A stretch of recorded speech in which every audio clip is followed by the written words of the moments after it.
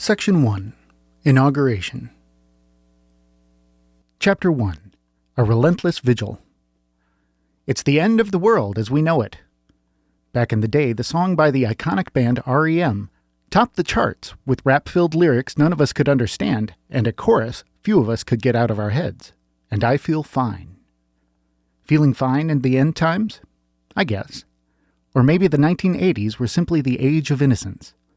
I was a young radical then, a budding journalism student who became a countercultural revolutionary in the eyes of family and friends, simply by coming to Jesus Christ in college. Note that most of my family identified as Unitarians, and nominal ones at best, so my come-to-Jesus moment wasn't taken too kindly. The memories. But now, in an era of cryptocurrency and COVID, ex-diplomacy and existential threats, weaponized government, weaponized pronouns, and marginalized faith, there's a vibe in the air that feels somewhat like the end of the world, at least as we know it, especially from the vantage point of our watchman's perch overlooking Washington, D.C.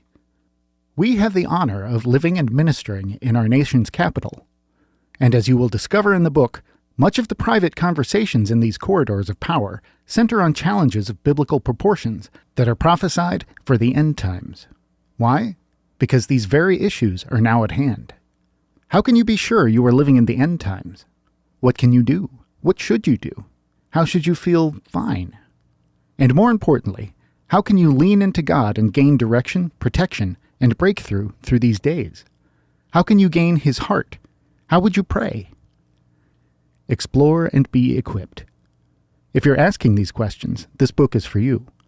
End Times in Real Time is an equipping manual for apostolic and prophetic advancement through Jesus Christ.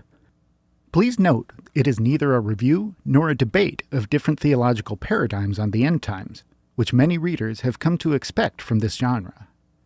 We are not going to suggest you jump for rapture practice, nor are we going to reveal the secret identity of the Antichrist, nor are we going to compel you to store food and ammo in your underground bunker. Not that we have a problem with any of this. If you have a bunker, save some room for us. But these teachings largely miss God's overreaching purposes for the period known as the end times. Most equip you to only escape. We're going to equip you to understand, shine, and overcome. Many of the most important biblical themes of God's heart for the end times remain undiscovered treasures. We hope to open the promise box a little wider for you to explore. We will broaden your horizons with historical perspectives that shed light on present and future realities. You'll gain biblical strategies to implement, removing intangibles and providing you with consistent, proven results. You'll discover the significance of covenant.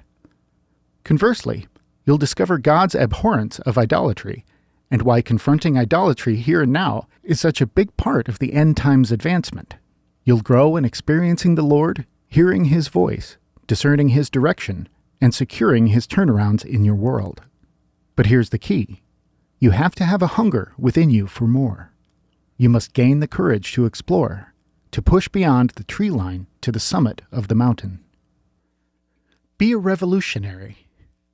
In many teachings on the end times, our greatest victory is pictured as our ultimate escape from the enemy's grasp. We get raptured, and maybe we will. There's a lot of scriptural precedent for it.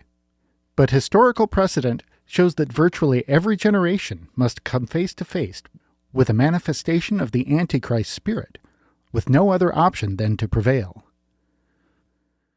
Thank you for watching the audiobook sample. To listen to the full audiobook, click the link in the description. God bless.